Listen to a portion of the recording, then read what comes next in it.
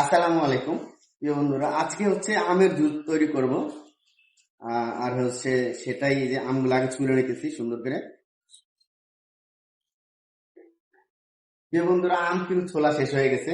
দেখেন আমি আমগুলো কত সুন্দর করে ছুলে নিয়েছি, একেবারে কোনো রাখি নেই, খুব সুন্দর করে ছুলছি। এগুলো এখন সুন্দর করে কাটবো, কাটার পরে আপনার জুসটা বানাবো।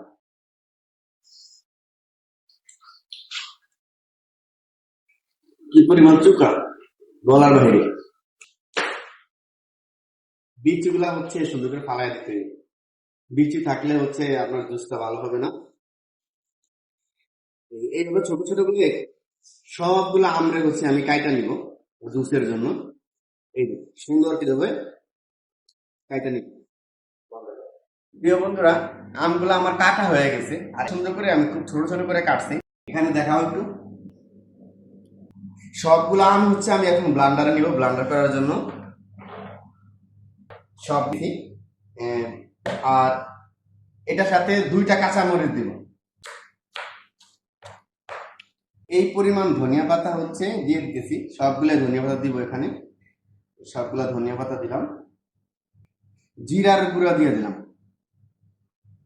এই জিরাটা আমরা আগেই কিচেনে টাইলে রাখছিলাম, ওই জিরা গুঁড়া দিলাম।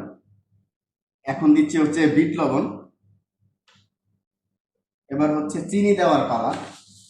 চিনি দিতেছি প্রায় আমি 6 চামচের মতো চিনি দিয়ে দিব। এরপর যদি লাগে পরে আবার দিব। আগে 6 চামচ আইস কুচি দিতেছি কিছু। এই বরফগুলো আমি আগেই সুন্দর করে তার মানে গুঁড়া গুঁড়া করে রাখছিলাম ভাইয়া। যে আইস কুচি দিয়ে দিলাম।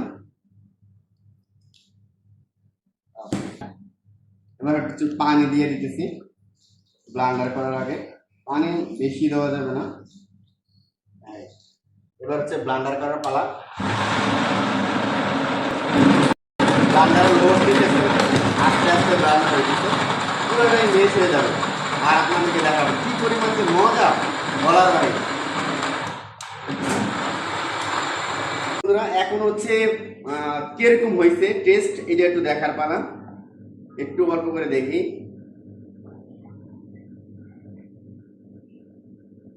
সেই মজা হয়েছে। আমি ভাবছিলাম হয়তো মিষ্টি হয়তো আর লাগতে পারে, কিন্তু মিষ্টি আর লাগবে না। সবকিছু পারফেক্ট, অনেক মজা হয়েছে। আপনাদেরকে যদি খাওয়াইতে পারতাম তাহলে বুঝতেন যে কি পরিমাণ মজা হয়েছে।